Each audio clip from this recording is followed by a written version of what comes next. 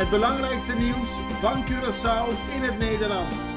Extra Journaal, vers van de pers. Welkom bij Extra Journaal. Fijn dat u weer kijkt. We hebben vandaag een aangepaste versie en dat heeft te maken met het volgende. In het gebied van Curaçao waar wij zitten is geen internet. Nou, proberen we natuurlijk toch u op de hoogte te brengen van in hoeverre dat mogelijk is van het laatste nieuws. Maar vanwege een gebrek aan internet is het een verkorte versie van Extra Journaal.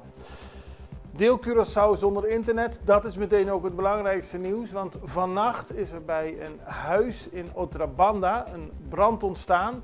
En bij die brand zijn ook verschillende kabels in de brand gevlogen. Nou, dat heeft verregaande gevolgen. Want eigenlijk kun je zeggen vanaf vannacht 1 uur, en het kan de hele dag duren, is er geen internet in onder meer de wijken Mundu Nobo en Otrabanda. Maar het gaat zelfs helemaal tot aan Terocora. Dus een belangrijk deel van Curaçao heeft geen internet. Daarbij moet worden gezegd dat het gaat om kabels van Digicel en van Flow. Maar de bedrijven en personen die zijn aangesloten bij de fiberkabel van Flow, die hebben wel internet. Die zijn gelukkig wat dat betreft. Nou, wat heeft dit voor gevolgen? Natuurlijk dat sommige bedrijven moeilijker kunnen functioneren. Dat er hard wordt gewerkt door Digicel en door allerlei andere organisaties om te zorgen dat het internet weer gaat werken. En het bewijs maar weer is hoe afhankelijk we zijn geworden van internet. Als je ziet hoe lastig het opeens is om het werk uit te voeren. Maar zoals gezegd, we doen ons best om u zoveel mogelijk te informeren. En dit is misschien nog wel het belangrijkste nieuws van vandaag op Curaçao. Verder, politie haalt 115 auto's van straat. Dat heeft allemaal te maken met het Kita Tour project. Dat is opgestart vlak voor kerst. De politie heeft gisteren laten weten dat tussen 19 december en 14 januari 115 auto's van straat zijn gehaald. Het gaat om mensen waarvan de autopapieren niet in orde waren. Grotendeels problemen met de keuringskaart, als die niet aanwezig is. En daarnaast bijvoorbeeld ook geen verzekering of geen rijbewijs of andere papieren die niet in orde zijn. Dan worden de auto's weggehaald. Tot nu toe hebben 40 personen de boete betaald en de auto of het voertuig weer teruggehaald. Maar voor 75 mensen is het even behelpen en moeten ze kijken wanneer ze de auto terug kunnen krijgen en wat ze nog allemaal moeten doen daarvoor. De acties van de politie die zijn bedoeld om te zorgen dat meer mensen met de juiste papieren rondrijden. Belangrijk als ze een ongeluk veroorzaken, dat er dan toch een verzekering bij betrokken kan worden. Die acties die gaan nog door. Maandag neemt rechter besluit over detentie Lo Martinez. Dat is natuurlijk een belangrijk bericht omdat de leider van de partij CEM via zijn advocaat een verzoek voor vervroegde vrijlating heeft gedaan.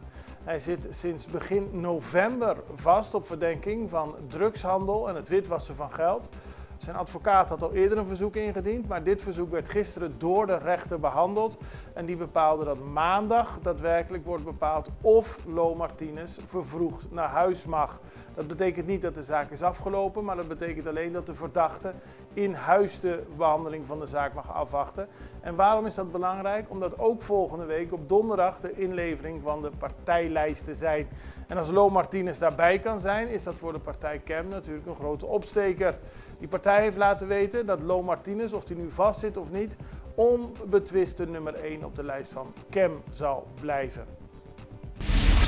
Overleden vrouw is 76-jarige Dominicaanse. Dat gaat natuurlijk over dat tragische ongeval waarbij een vrouw op 7 januari het lichaam van een overleden vrouw werd gevonden bij Sabana Hundu.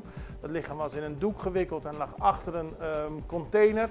In de buik van de vrouw zaten bijna 50 bolletjes drugs, volgens de politie ter waarde van €50.000 aan drugs in haar buik. 1 was geknapt, daaraan is ze overleden.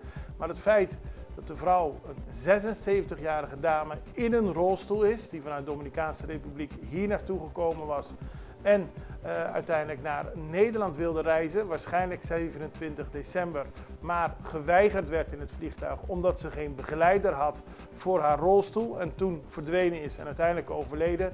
Dat is van een enorme tragiek En de politie is bezig om de daders, of in ieder geval de betrokkenen hiervan, te vinden. Maar wie stilstaat bij het feit dat iemand van 76 jaar, gezeten in een rolstoel, uiteindelijk op zo'n manier is overleden, is heel treurig. Daarmee zijn we aan het einde gekomen van deze aangepaste versie van Extra Journaal. Even met heel weinig internet, laat ik het zo zeggen. We doen ons best om u zoveel mogelijk te informeren en we hopen de volgende keer weer een volledige Extra Journaal te kunnen geven. En ik hoop u dan ook weer te zien. Het allerbeste, tot ziens. Dag.